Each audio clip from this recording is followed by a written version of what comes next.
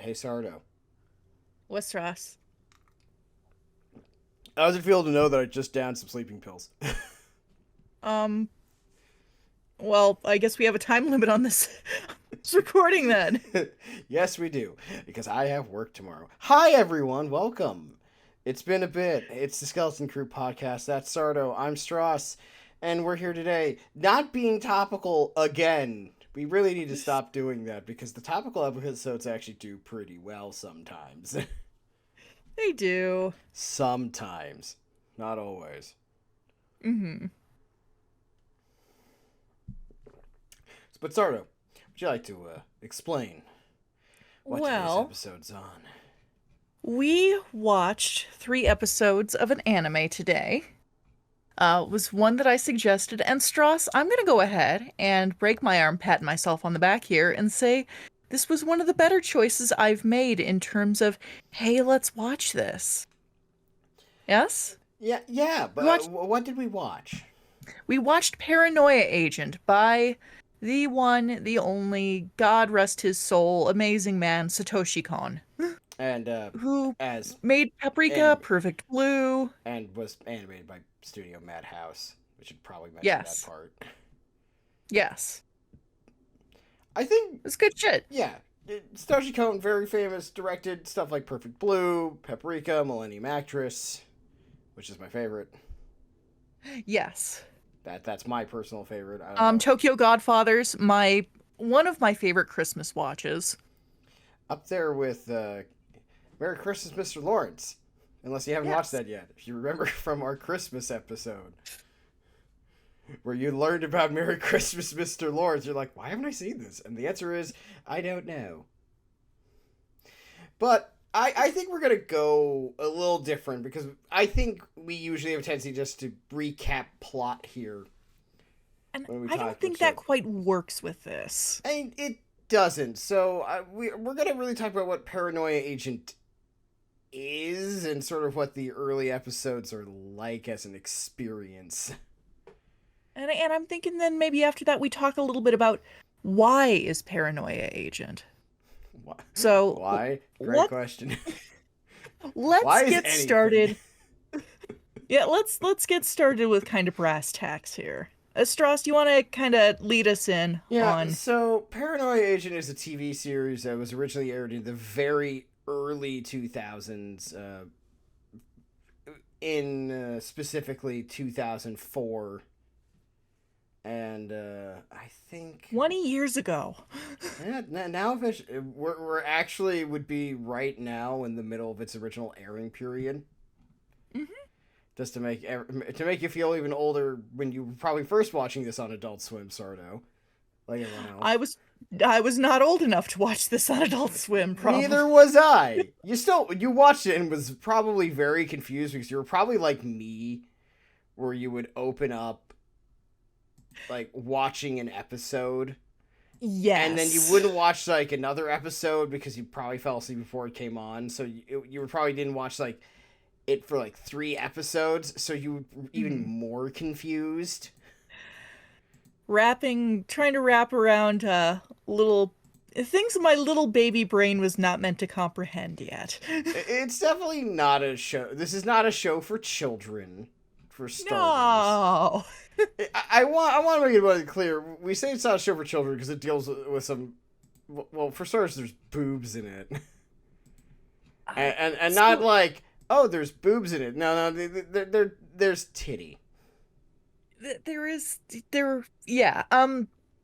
So the general premise, by and large, because this follows around a lot of characters, but the overarching event that links our characters together is there's a little fella out there. His name is Little Slugger in the dub, or Shonen Bat if you're watching the subtitled version. And or not watching the subtitles and in fact no Japanese. For in that case, fuck you, Mister lording it over at us like that. How dare you? How dare you speak languages? How dare you speak more than 0.5 a language? The audacity. Unlike us, who But speaks 0.5 a language each to combine to one whole language. it's amazing. But Little Slugger is a little fella in golden rollerblades with a golden baseball bat who goes around smacking the shit out of people like a little bunny foo-foo for the modern era with no fairy to tell him to stop doing that. No, he has a So, fairy. mm, It's called the voice in his head that goes, nah, they deserve it. Fuck them. but Yeah. we follow the victims of Little Slugger. Allegedly. The alleged. Allegedly. Basically, what the show is so far for 3 episodes is 3 different characters who get attacked by this mysterious boy with a baseball bat on inline skates. And they're all very different people. Yeah. There is one thing that connects all 3 of them, and we'll talk about that in a bit. Despite the fact that they do not know each other and have no other actual possible connection. But really, Technically, there's 4 victims of Little Slugger, but anywho. well, there's got to be more. There's like 13 episodes. We got 10 There's other. 4 currently. It's four currently, but basically, an episode. Watching each episode is just dealing with someone who has severe mental health issues, trying to just go about their day, and it's very weird. It's a very odd experience. And as somebody who this is not my first time at the rodeo, Oh. definitely not my first time watching Paranoia yeah. Agent Stross. Okay, I forgot to ask. Have you watched this anime before? Yeah, I'm much like you. I watched all those discussions of how it was like watching it for the first time on American TV. Was not me. That was personal experience talking. Okay, all right, good. All right. But yeah, I I've figured seen it. you'd seen it before, yes. I But- only recently picked it up on Blu-ray because it's like, oh, I want to own this. But generally, the gist of Paranoia Agent, with everything else removed, all the trappings pulled away, is golly, all of these people have mental health issues. Yeah, I really would. I'm not sure what the original intent was at this point. We can get into that a bit later because but I have some discussion on that. Yeah.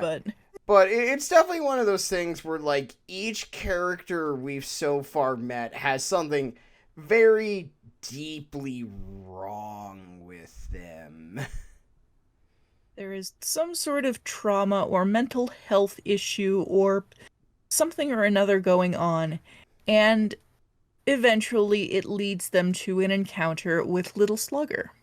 Who, whether or not, as I think we could talk about this now because we've both seen the series, and I think it's fine Yes. because And spoilers for Paranoia there's- Agent no, if you haven't no, seen no, it yet. no, hold on. I am not Huh? going to spoiler tag a show that's 20 years old. Well, maybe somebody hasn't seen it yet. Well, I'm too bad. That I do not operate. It's statute of limitations here, Sardo. Well, I'm gonna say, just in case you haven't seen it yet, go watch it. Yeah, it's come a on. great series. It's not very long. It's 13 episodes. Yeah, but yes. Anywho, as you were saying, It whether or not Little Slugger is actually real is kind of a matter of debate. If I remember correctly, and it's been a while since I've seen the whole series, I don't believe he's Yes. real. It's kind of like the whole point is that he's kind of manifested as like, well, paranoia. Ooh, paranoia. hence the name. But basically, like, he's not a real thing. And in the end, I don't know who the fuck's attacking all these people. It's not really mystery. important. The person actually attacking all these people? Majima Goro. God damn it, Majima. He's everywhere! Not actually. God, that would be the weirdest tie-in ever. But no, the real thing that's going on is that as we learn as the series goes on, is that the Little Slugger isn't real. Because I'm not sure we're going to do another Paranoia Agent episode. I'm saying this now because, like... Yeah. It's not like with Speed Racer where it's like every new episode is a new fever dream. I mean, actually, yes, it is. Every new episode is a fever dream, but whereas Speed Racer is absurd and ridiculous, this is Okay. just... This is What's the much more. bigger surreal mindfuck, Paranoid Agent or Speed Racer? I'm gonna be Answer now. honest. I think it might be Speed Racer because Speed Racer is like so out of left field. Like this is like this is watching people with deep psychological issues deal with their lives or bad things that have happened to them deal with their lives. Speed Racer is like, what if the world was car? And everyone just like you're not ready for Speed Racer being as absurd as it is. Whereas like I'd walk into a Sakoshi cone vehicle knowing it's gonna be weird. You know what's on the menu. Yeah, Whereas Speed Racer... Speed Racer will have a giant golden car called the Mammoth Car. Speed Racer operates that's the episode. Speed Racer operates on like 6-year-old boy logic, and it's beautiful. Yeah, this and on it's the other, horrifying. Yeah, this doesn't operate like that. This was made by a man with very specific things he was thinking about and wanted to say, and just really loves people who have problems. TM. He was making a statement about society with a big capital S. Yeah. But yeah, so basically, first episode is about the initial victim, Tsukiko Sagi. Mm-hmm. We're just gonna. If there's a main character in this show, it's really Sagi is the real main character alongside the chief detective Kiichi Ikari, mm-hmm. and his assistant Matsuhiro Manawa. And they're the, I would say, main characters, as in, like, every time something happens, it kind of cuts back to Tsukiko being like, oh no, thing happened. And that is very much how she is. Yeah. I my impressions may not be accurate to how they sound, but the way they talk is 100%. Oh no. Oh no. But yeah, I really think we might as well get into what this show really is. It is definitely, like, the first episode is about Tsukaki. The second episode is about Yuichi Taira, or Ichi, and we both were like, you're not Ichiban Kasuga. You are no Ichiban. Though, hilariously, he is played by Johnny Young Bosch, very, very obviously. Played by Johnny Young He's Bosch. Johnny Young Bosch, JYBing to his fullest. And it's just like, you are technically related to him. Yeah. But, and that episode, also weird. And then, obviously, and then the other one is about a woman named Harumi Chono. So actually, I'm going to ask you a first question, Sardo. Which one was your favorite of the 3 episodes we watched? Which mentally ill person was your favorite? You know, I thought Harumi's was interesting. Yeah, that was my favorite 2 of the 3 that we watched. I have a feeling we're going to be watching more of these episodes on our own time just for fun. Oh, yes, without a doubt. Yeah, but Harumi Chono is interesting because she is young Ichi's tutor. She's a very nice, kind of steadfast lady, very prim and put together. She's a very... I think the best way to put it is she's a very normal person until night comes around. And then... But she essentially... she has what I would imagine is dissociative identity disorder, because she does have an alternate personality in the form of Maria, who is a sex worker. And there's something about Maria. There is something about Maria. Something about Maria. She's a prostitute. But yes, and so Hirumi and Maria are kind of like... Hirumi's struggling to kind of like balance her life, because she is well aware of her disorder. She's in therapy and she's trying to manage this, but she has these kind of holes in her memory where Maria is taking the lead. And I can't say a lot on the effectiveness or accuracy of the writing of DID here, but I mean, I'd say it was interesting. It's like she is clearly in a shitload of distress from the fact that there is part of her life that does not feel like her own. Yeah, Because, yeah, it's definitely like part of the problem is like she's. I'm not gonna say she's like I'm not sure she's exactly a teacher. She's more like a college. she's a tutor.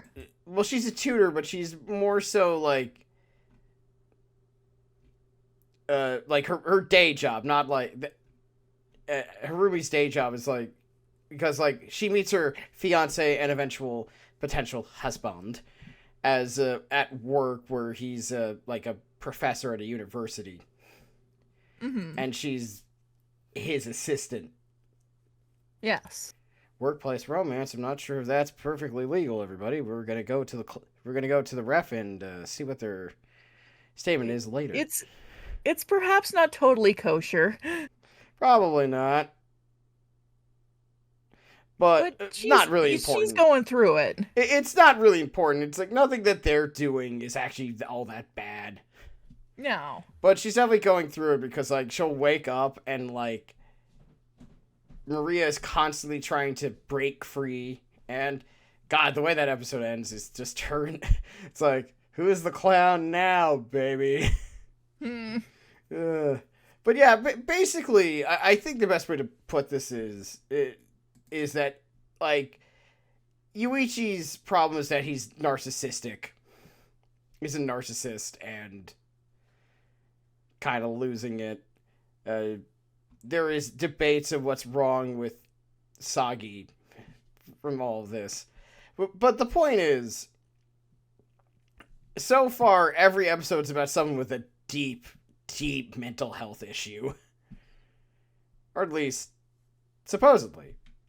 So this leads to a question, Sardo. How do you feel about that? Um, Overall, I think Paranoia Agent's interesting, and I mean, it's something that it's like, trying to find good words here, I'm sorry. I think Sagi is an interesting protagonist, or as much of a protagonist as we have in this particular thing with a revolving door cast of characters, because she seems so not checked out. Checked out is the wrong word, because she seems checked out, but she actually does give a shit deeply. She's just like, seems like a deeply anxious person who really wants people to like her, and people fucking hate her at her job. She's kind of despised by everybody. She's sort of milquetoast. I think, yeah, milquetoast is a good word. Very much the whitest of white bread. She's nebbish. She's withdrawn and anxious and has a lot of expectations on her because she designs these cute little characters and they're always kind of like, putting it on her like, well, you got to make the next great thing, Sagi, because she already has Moromi, who is basically like Hello Kitty here, a little pink dog. Yeah. You've probably seen Moromi before. I don't know that. And eventually, Sagi starts checking out so deeply that Moromi starts talking to her. And it's kind of weird. It's very much a thing of like, they're just jealous of you, Sagi. You're just so much more special than everybody else. It's like if the Morgana voice that we do for fun was trying to reassure us and not just us being goofy. Joker, Yeah. Everyone hates you because you're nice, talented, and very good at your job, and everybody should be liking you instead. These haters hate you because you're styling on them. Style on them hoes. But yeah, it'd be like that. yeah, I think overall, and it's very clear right out of the gate that Paranoia Agent's making a big statement on the idea of things like escapism and the desire to shuck blame from yourself and get rid of that and maybe become a victim in a way. And it goes into, I think, why people pursue that escapism, pursue that kind of like okay, if this shitty fucking thing happens to me, then I'm no longer going to be responsible for this thing XYZ in my life. The heat's going to be off of me because this terrible thing happened to me. It definitely feels like the case of. I mean, the way it can be best stated is that it's very much a story about people who got cornered, who are really going through it for one reason or another. Yes. And for some people, it's like Sagi, who's just dealing with stress from work, and her workplace sucks because they all hate her, despite the fact that she's currently the meal ticket. Because she's the meal Yeah, ticket. she's in kind of a thankless situation. And it's not good. Yeah, I mean, we're leaving It out some info, by the way, because there's stuff that happens later in the series that informs other stuff. mhm. But and we get into kind of other characters too where it's like I think Paranoia Agent is super interesting to me because I think it presents you this buffet of fucked up people. And there's some people who, maybe have what you might argue is better reasons than others to want to pursue this grand annihilating disaster that's going to absolve them of all their sins. But it sort of gives it to you and makes you form your own conclusions. There's not really any great heroes or villains in it. Mm-hmm. Is that fair to say? Outside a little slugger who is technically real, technically not real, I mean, Little Slugger's the closest thing to a villain. but it's what I want to make it abundantly clear that when I say real and not real, it's because this show gets weird. The It's very the line weird. between reality and not reality, it's kind of wavy, kind of wobbly. If you've watched the more surreal Satoshi Kon works, then you're very used to shit getting strange. If you've seen Perfect Blue, you're probably going to be well Well, prepared for let me put it this. this way: if you saw Perfect Blue and Paprika before this, you're going to be very well equipped to handle what this show is going to throw at you. Yeah. At, at least in terms of the weirder aspects. Hmm. But basically, what's going on throughout these three episodes is you're watching people kind of get cornered by their own problems, whatever those problems happen to be.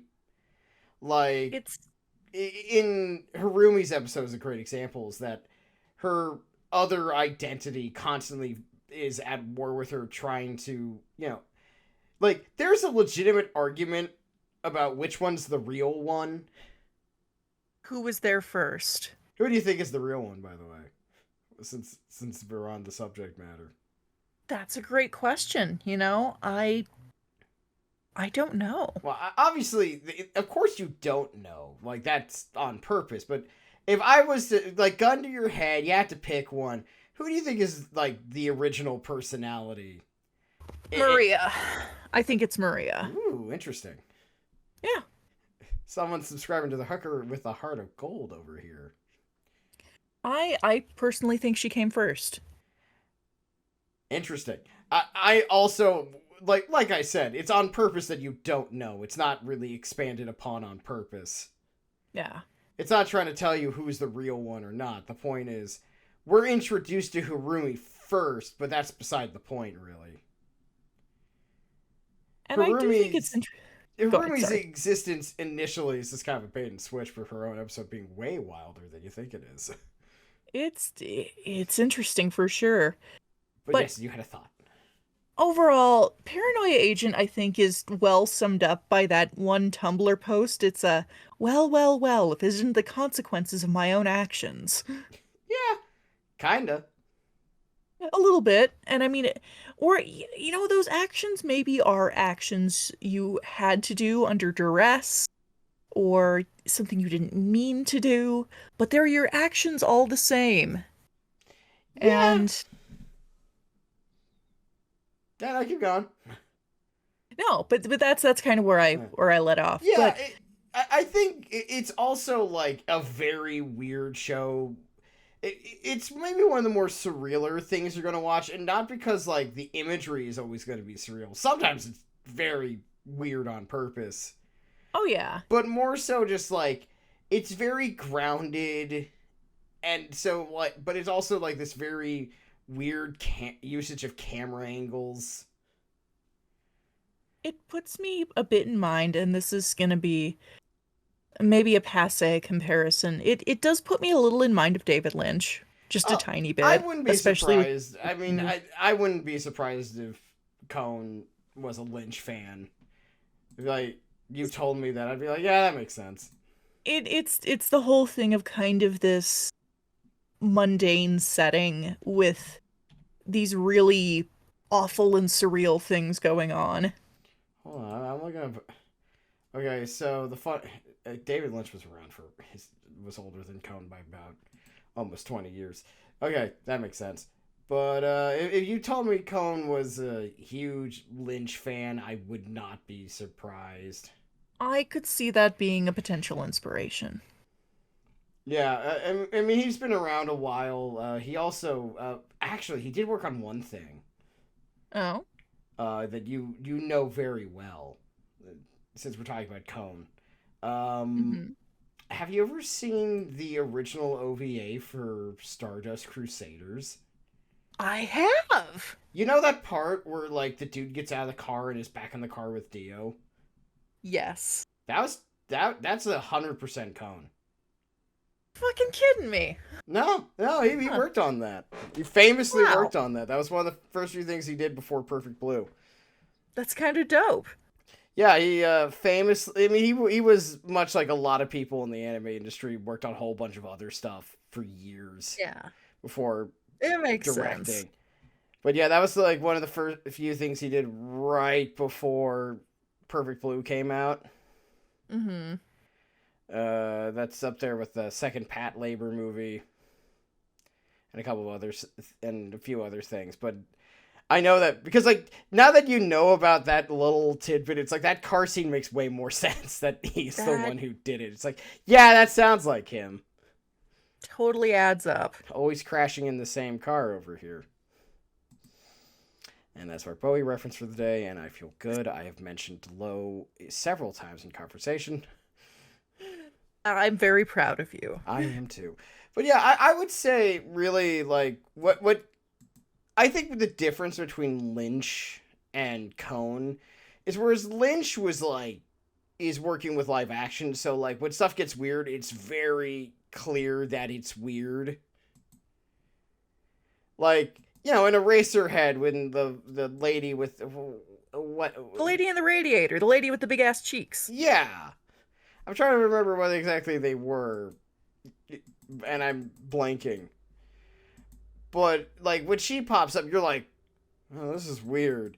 But when like Cone gets weird, it's like, and it's just like, wait, what? Hold on, the There's room is melting. Because you know it's when you get into animation because you're already like mentally there with your brain. So when shit gets weird, it gets real weird real fast. it's that kind of subtlety there, and yeah, it's the melting of the walls and kind of the merging of realities, and it's neat. I think it's neat. Yeah, no. It's sort of like one of the things about live action. It's like when things get strange, it gets strange real fast. Yeah. But here you don't need the eraser head, baby. Things can get weird by gradients. Yeah, Animation's beautiful. But I don't know. I think overall it's interesting. I will also add uh and this is not a reflection of his writing as a character because I think as a character he's fascinating. I did not care for Ichi. no. Fuck that kid. Ichi. He's a piece of shit. Oh yeah, no, Apparently that he's 12. I hate that it's kid. so very obvious that Ichi's a piece of shit kid. I want to talk about Ichi a little bit, Go. actually, because Okay, yeah, slander this 10-year-old. Go for it. 12, actually. Whatever. He's a middle schooler. The So worst kind of person. you're slandering someone below the age of 13. You might as well go for it. But okay, no, I jest because I think he's a very interestingly written character, but God, this kid is just a little fucking. Ugh. Come on, slander the child. You know you want to. Ichi is very much set up around this premise of I, you know, I'm perfect. I'm your best boy. I'm good at school. I'm good at sport. I'm running for class president. Everybody likes me. And because Ichi tends to go around on rollerblades and wear a baseball cap, people start thinking that he might be shonen bad, and he's actually taking it. Or I'm sorry, little slugger. It's funnier to call him Shonen Bad. No, he's the Shonen little- Bad. Little Slugger's gonna be the real one. I'm sorry. The weeb dripped through a little bit The there. weeb so dripped through for you right there. Anyway, shut up. But everybody thinks he's a little slugger. He gets like basically called in and questioned by the police, and his social life is falling apart. People are starting to not look upon him as kindly. And there's another kid who's running for student council president who is a transfer student. He's kind of a heavier kid who's, not as, socially adept as he is or anything. And so Ichi sees him as below him, and it's this thing of, this kid is trying to ruin my life. I'm gonna fucking get him. And it's interesting to see this 12-year-old child's descent into villainy. Because it's like, no, really, middle schoolers are just like that. But no, I thought it was a fascinating little episode. It wasn't my favorite, but it's interesting. Because like there's this bit too where he's like, Ushi, who's his kind of one-sided rival here, Ichi's like, I really wish that Shonen Bat would just like get this kid, and then I could be the hero, and I would catch Shonen Bat. And so all of this happens, and then he's like, oh my fucking god, they're gonna think I'm Lil Slugger, who I keep calling Shonen Bat. I'm sorry, I'm just gonna do it. I don't care. I can't help myself. I don't mean to. I'm not trying to flex my your weebiness. My you superior fucking Japanese weeb. skills. It is unintentional. I'm sorry. You weeb. I'm really not meaning. I'm really not meaning to do it. You're a nerd. Yeah, I know. So are you. Yeah, I know, but that's why we're talking about this. This is true. But I can't escape reality, can I? You can't. Little Slugger's gonna get you, man. And that's when you hear the dink, like, boom. Strut. In my apartment. And then you just hear, ah! But, so Ichi has a freak out because he thinks, everybody's gonna think I'm a little slugger, and I did this to my classmate. Oh my god, I can't go to school. And he has like a total freak out. And then he is also attacked by Little Slugger. Everyone gets attacked by Little Slugger, even me. But I don't know. I think it's a really interesting series. It's definitely one of those things where you watch and you're just. It's definitely not what you're used to. And definitely, I don't think there's a lot of shows like it ever. I think Cone stuff just hits a little different in general. Literally, I think the only show that like approaches what it is hilariously, once again going back to David Lynch, it might be Twin Peaks. Mm-hmm. And even then, I don't know if Twin Peaks went this nuts. I mean, I think Twin Peaks was nuts and weird, but just in different ways. It's strange, but it's not quite comparable. Yeah, it like I said, it's the only thing I can think of that's similar. Mm-hmm. I'm sure there are other, like, there's weird shows all the time, but I can't think of like another show that's just that. Well, that.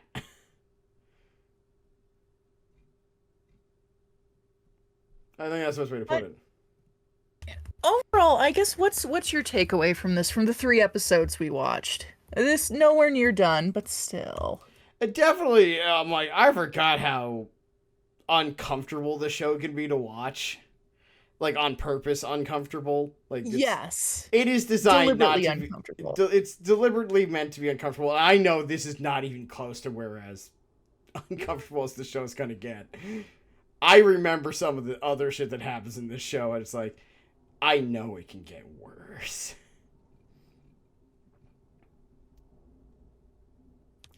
But yeah. It definitely, I would recommend checking out kind of content warnings on this, because it delves into some deeply uncomfy territory. So, keep that in mind if you do decide to watch this, because it's not for everybody, and that's okay. Yeah, this is definitely, I would say, Cone's most, like, I would say it's this, like, if you were to compare this to, like, the sliding scale of comfortable to uncomfortable of watching Cone's material, Mm-hmm. like, with the most uncomfortable stuff being, like, Perfect Blue, and, like, well, this. Weird in some places. Well, no, it's more of like, not like, because I would argue Paprika's a lot more, like, hilariously a lot more approachable. It is more approachable, for sure. Like, I would say, honestly, like, if we were to do, like, the sliding scale of, like, comfortable to watch and approachability, like, this ranks in the middle. Mm-hmm. With, like, the most approachable being stuff like Millennium Actress, Tokyo Godfathers. Yeah. And then it's Paprika. Then it's, like, this and Perfect Blue on the other end. Yes. And and I say this because Perfect Blue is very uncomfortable. Perfect Blue is, you've got to be in kind of a good mind frame to watch that, I think. At least I know I do. Because Perfect Blue has a lot of this, like, I would say Perfect Blue has a lot of the same stuff. And Perfect Blue gets into a lot of the really, really deeply unpleasant things about the idol industry, which, if you know anything about that, of course, and that's just, yeah. Of course, Khan was a big Ozu fan. That makes a lot of sense. Question for you, Sardo. Mm-hmm. Have you ever watched any Ozu movies? I feel like I have. Like, obviously, I have no idea if you are, how familiar you are, but, like, if you've ever seen any Ozu movies, you know where a lot of his, like, super grounded stuff comes from. Yes. Because, yeah. Like, I'm gonna read the back of a box real quick, because I just... Mm-hmm. Stross so happens to own a lot of movies, so I'm gonna just read the back here of late... the end of summer. Ozu's penultimate film tells the story of 3 sisters who are stunned to discover their aging father spending time with his old mistress. Yeah, I've seen a couple of Ozu films. I know I have, because I went to college and I was a film student. But point is, if you've seen uh like Ozu, like a lot of this grounded aspect of Cohen's work makes a lot of sense. He's a big Ozu fan by his own admission, which makes a lot of sense. And it shows in his work. Yeah, he also is a fan apparently of the '72 drama adaptation of Slaughterhouse-Five, which makes sense. Yeah, it does. Yeah. But anyway, point is, Cohen is a very interesting artist, and I do highly recommend this story. It's really fascinating. With the caveat that this is not the easiest thing to watch at times. It's not for everyone. If it's not for you, that is totally okay. I think there's something really interesting to be taken away. At least this is when I speak about kind of like the messages I feel like it imparts. I'm not saying like, oh, this is what Cohn was trying to say. This is like what I got from it. Mm-hmm. And I don't know, the older I get and the more life becomes so much, the more relatable, I guess it is, but there is this definite message of kind of your immense indifference will slowly destroy the world. And not it's not always just indifference from not caring, it's indifference because you're exhausted. It's indifference because you are genuinely going through things in your life. But if you get to a point where you simply stop caring, then the heat death of the universe will fucktuple, and everything will go very badly when people just don't care. And they look for any way to get out of their situation through potentially pursuing their own near annihilation that they can. Well, does that make sense? Yeah, I would also say this is definitely a show of about you gotta deal with your problems, people. And that is a huge part of it too. Yeah, it's like a great example. This is in Harumi's episode where her therapist, like, mind you, Harumi should have probably been institutionalized like a while ago. She should definitely be like receiving more help than she is getting. Yeah. But I understand that this is Japan and not America in the year 2024, where we're a little bit more accepting of. There's a greater stigma towards mental health care. Yeah, it's 2004 Japan, and the fact that she even seeing a therapist is shocking. And that they're actually trying to do some effective treatment for her DID. Yeah, and like I actually like that her therapist is like, you should probably just tell your fiance that, like, hey, I have this problem, and and it's very clear once it all comes out that like her, like, good on her fiance for being actually very supportive, by the way. Yeah, he's like, it's all right. You have this weird other personality thing. It's like, I got it. I got the lowdown. It's all right. I get it that that's not you, or maybe it is, but I'm here. It's part of your mental health, and we're gonna go through that together. It's like, fine. Good on him. Good on him. One of the rare times where a character it's like your dark secret comes out and it's all right, or at least as all right as it's going to be at this moment. There's another beautiful message in there, in that, I mean, I don't think this was intentional, but the thing of, sometimes that problem you have that seems massive and world-ending, if anybody knows about it, you're actually going to be okay if you confide in people about it, and it's better than trying to deal with it on your own. Yeah, though in real life, Harumi would have been institutionalized basically pretty quickly.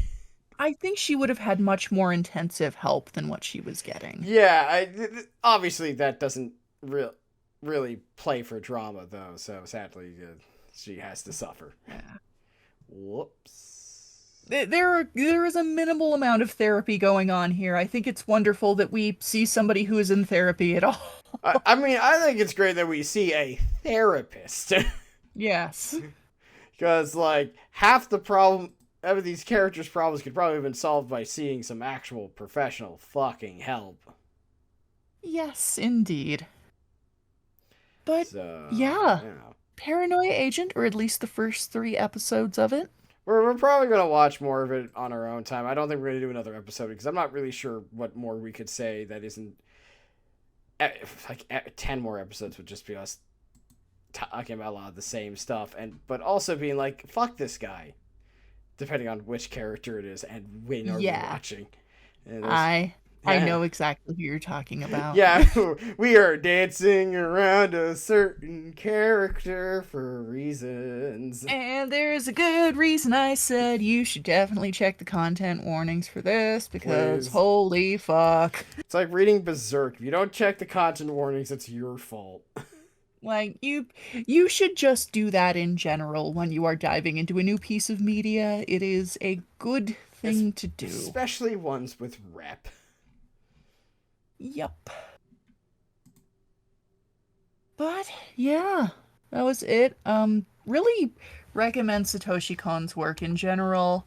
Also, shout out to the soundtrack by Hirasawa Susumu. Fucking kick ass. Susumu needs to stop collaborating with artists who die too soon, by the way. Yeah, truly, truly. It's happened twice now, and I don't like it. The first one was sad. The second one was just as sad, but different. It's a bummer. It's like man's cursed, I swear. But yeah, no, great soundtrack. Definitely the right music. It's also weird. By the way, if you want to go down a trip, Sardo, just read any of his actual political opinions because they're batshit wild too. Right. But like, not in like the bad way. This is genuinely not what I expected. Just bonkers. Yeah, I'll tell you off mic because it's not important. But it's like, huh? Not in the that's disappointing, and more in the, honestly, I didn't see this coming. Okay, okie dokie. All right, that's weird. Sure Explains the music. Yeah, you go, bro. You do you. Music's great. I would like to put it as it starts getting into I think dogs should vote territory. In terms like that's my scale. I might as well should explain this real quick. My scale for political opinions by artist range from like this is very realistic to this is very gross to I think dogs should vote. Mm-hmm. And his starts approaching into I think dogs should vote territory in terms of just kind of how like weird they sound to me as an American. Great music though. Oh yeah, killer music. Have you ever seen one of his concerts?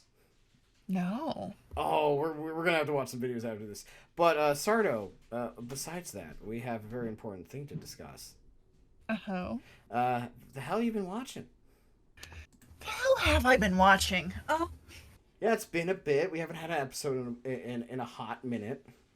it's been a little while. I'm not proud to admit this.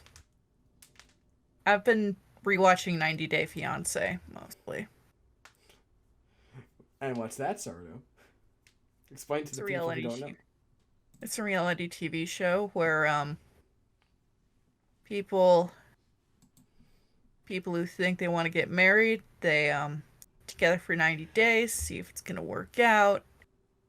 And they get married at the end of those 90 days. If it does, it's exactly as bad as it sounds. I really like shitty reality TV, Stross. I don't know what to tell you. Sardo, you could have been watching Krieger this entire time. I know I could have, but I didn't. Sardo, you do this to yourself. Yes, I do. One of these days, I'm going to force you to sit down and watch good... See, this is why I usually make us watch good things. Because I know what you'd watch otherwise. Left to your Why own don't you devices. watch 90 Day Fiancé and maybe you'll calm down? No, I won't. You know that's not true.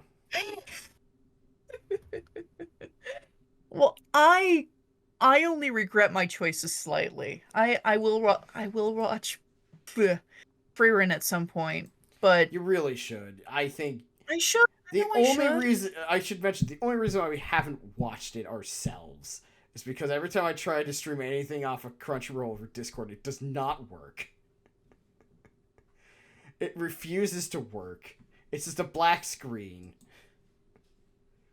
It's pretty frustrating. If I get it to work, we are watching it, and I'm forcing you to sit down and watch it. I will not argue at all. You won't. And instead, you'll probably cry because that first episode is an emotional journey. I'm looking forward to it. Hey, have you been playing anything interesting? Have you finally started Yakuza 8?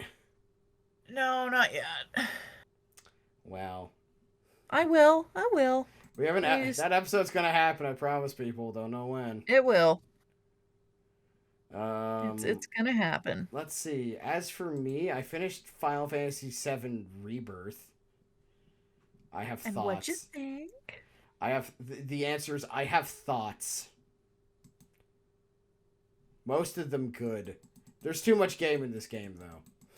It's fair enough. A lot going on. No, it's more of they did a lot of they put a lot of stuff to do. And after a point, I'm like, I wish there was less things to do.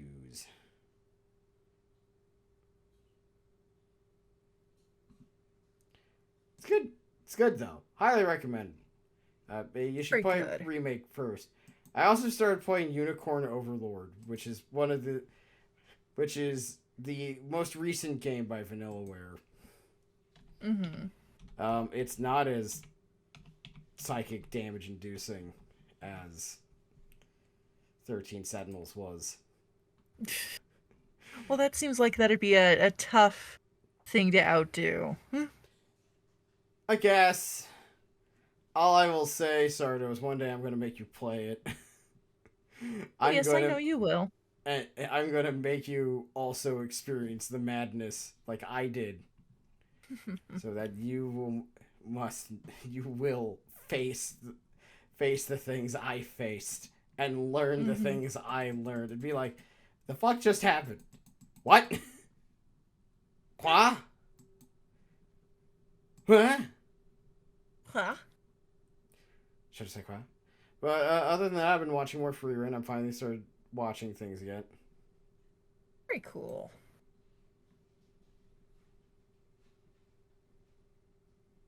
I really, really need to check that out. I feel bad that I haven't yet. Yeah, don't worry. You'll get to it eventually. Or I'll find a way to make things work.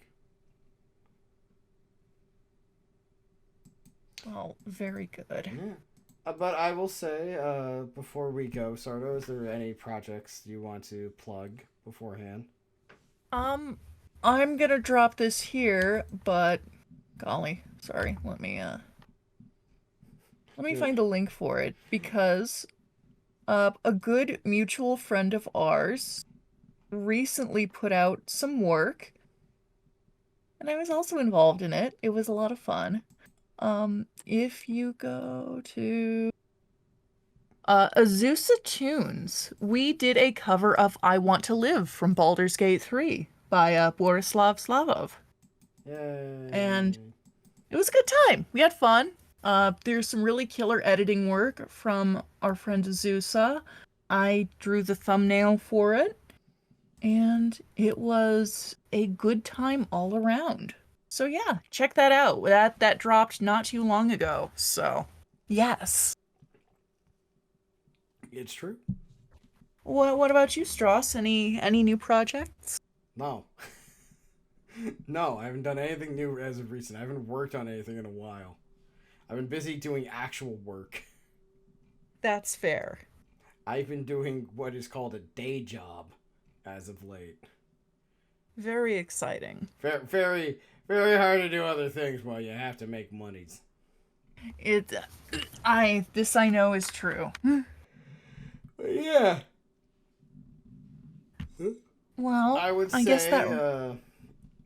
if you want to follow us, I will start with ye old Sardo here. You can find him at Autopsy Garlands on Twitter. Mm-hmm. Marquis Belial for the art account, which has been very active as of late. I've been making some posts. You've been posting. I've been doing some You've been doing the posts. Twitterings. I've been adding some stuff. And you can also find him at Uncle Death on Twitch and on Blue Sky. Where on Twitch you stream every Monday at 8:30 p.m. Eastern Standard Time. You can do your math from there. People who need to know what time that is at. I draw things. Yeah, you draw things, and I'm there. Well, you draw are. things. They're for moral support. Yeah.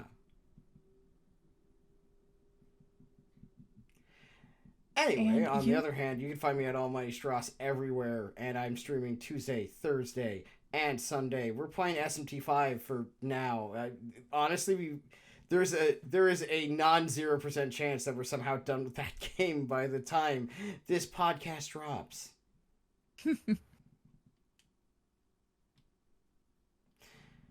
We'll find out.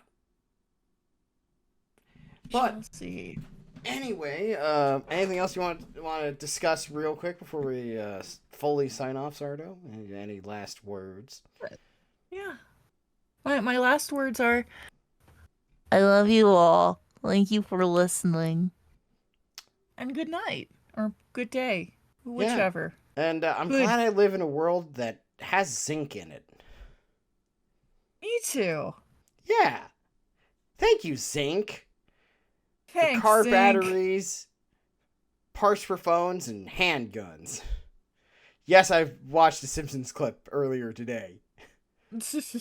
What tipped you off? Goodbye, everyone. Goodbye.